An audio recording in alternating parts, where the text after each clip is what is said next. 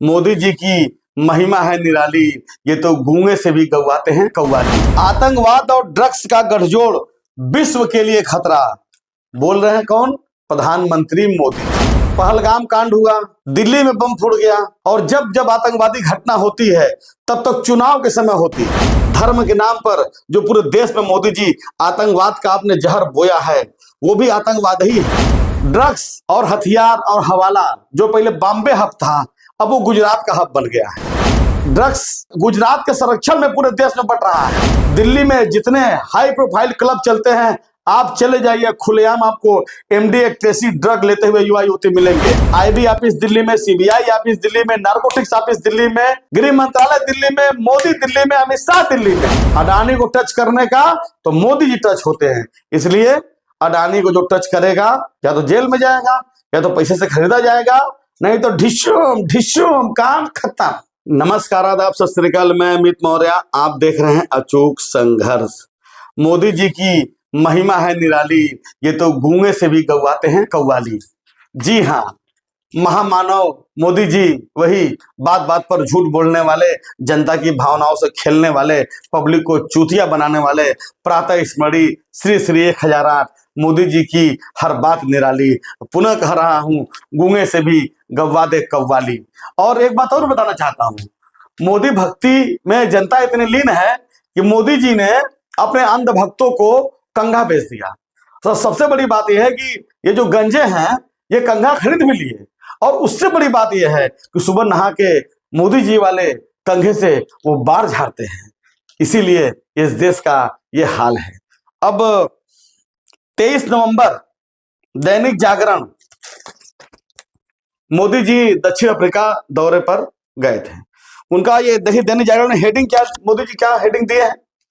मोदी जी ने बोला है, दैनिक जागरण जो आरएसएस का तलवा चाटने वाला अखबार है, पूरी तरीके से आरएसएस, और इसको संघीय अखबार कहा जाता है। इसका हेडिंग मैं बता रहा हूं आपको, आतंकवाद और ड्रग्स का गठजोड़ विश्व के लिए खतरा, बोल रहे हैं कौन? प्रधानमंत्री मोदी जी। अब आते हैं आतंकवाद पर। पुलवामा कांड जो हुआ, जिस आतंकियों के नाम पर मोदी जी वोट मांगे आप, पुलवामा कांड पूरी तरीके से प्लान वे में कराया हुआ प्रतीत हो रहा था। वो डीएसपी जो पकड़ा गया इसमें, उसका चार्जशीट क्यों नहीं दाखिल हुआ? उसको बेल मिल गई। पहलगाम कांड हुआ, दिल्ली में बम फूट गया, और जब जब आतंकवादी घटना होती है तब तक चुनाव के समय होती है, और जब चुनाव के समय आतंकवादी घटना होती है तो दिन भर हिंदू मुस्लिम टीवी डिबेट किया जाता है। धर्म भी आतंकवाद और अपराध को जन्म देती है मोदी जी। आतंकवाद की परिभाषा वो है जो अकारण निर्दोषों का जान लेता है, वो घटना आतंकवादी घटना कहलाती है। बम फूटने से जान जाती है और निर्दोषों को पीट पीट कर मारने से भी जान जाती है। धर्म के नाम पर जो पूरे देश में मोदी जी आतंकवाद का आपने जहर बोया है, वो भी आतंकवाद ही है। निश्चित रूप से आतंकवाद और अपराध का कोई धर्म नहीं होता, लेकिन भारतीय जनता पार्टी ने आतंकवाद और अपराध को धर्म से जोड़ दिया।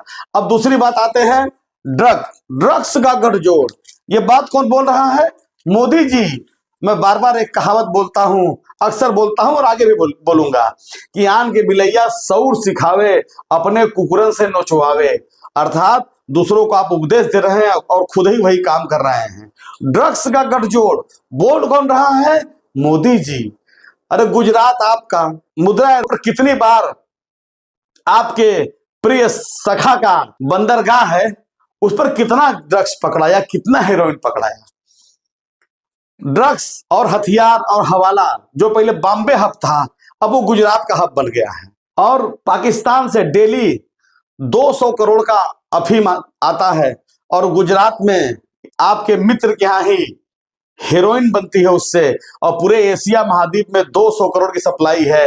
ये मैं यूं ही नहीं कह रहा हूं, इंटेलिजेंस की रिपोर्ट है ये। ड्रग्स गुजरात के संरक्षण में पूरे देश में बट रहा है, मौत का सामान बट रहा है।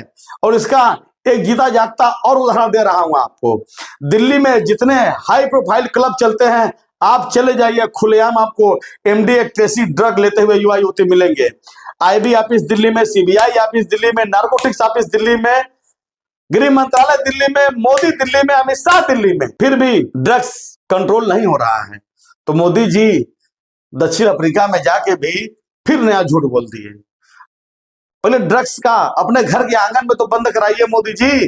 गुजरात में जो बार बार लगातार प्रमाणित तथ्य है, क्योंकि आपका यार है, आप उसके दिलदार हैं, आप उस पर मेहरबान हैं, तो किसकी हैसियत है, कोई कस्टम वाले की औकात है अडानी जी को टच कर ले? अडानी को टच करने का तो मोदी जी टच होते हैं, इसलिए अडानी को जो टच करेगा वो कहां जाएगा?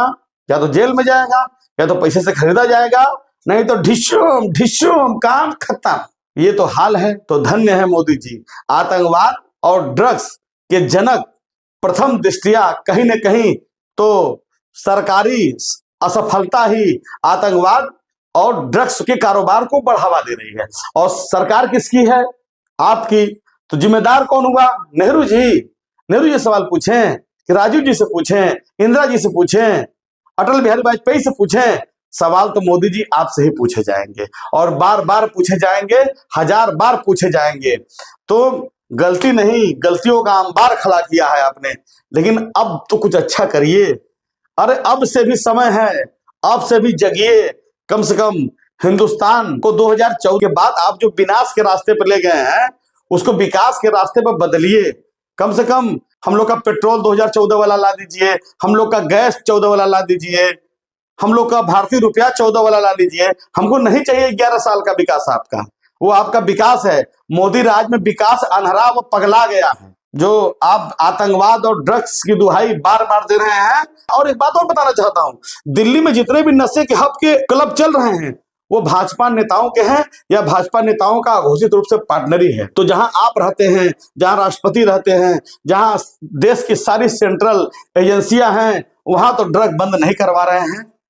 फिर वही बात, आन के बिलैया सौर सिखावे, अपने कुकुरन से न छुआवे। धन्य है मोदी जी। अब आतंकवाद कैसे हो रहा है और ड्रग्स का धंधा कैसे हो रहा है, ये आप अच्छी तरह जानते हैं। सरकार की विफलता ही दोनों चीज के जिम्मेदार हैं। तो बाहर जाके विदेशों में गाल मत बजाइए, हिंदुस्तान में आकर आतंकवाद और ड्रग्स पर लगाम लगाइए, जिससे हम कभी तो बोलें कि मोदी जी जिंदाबाद, नमो बुद्धाय, जय संविधान।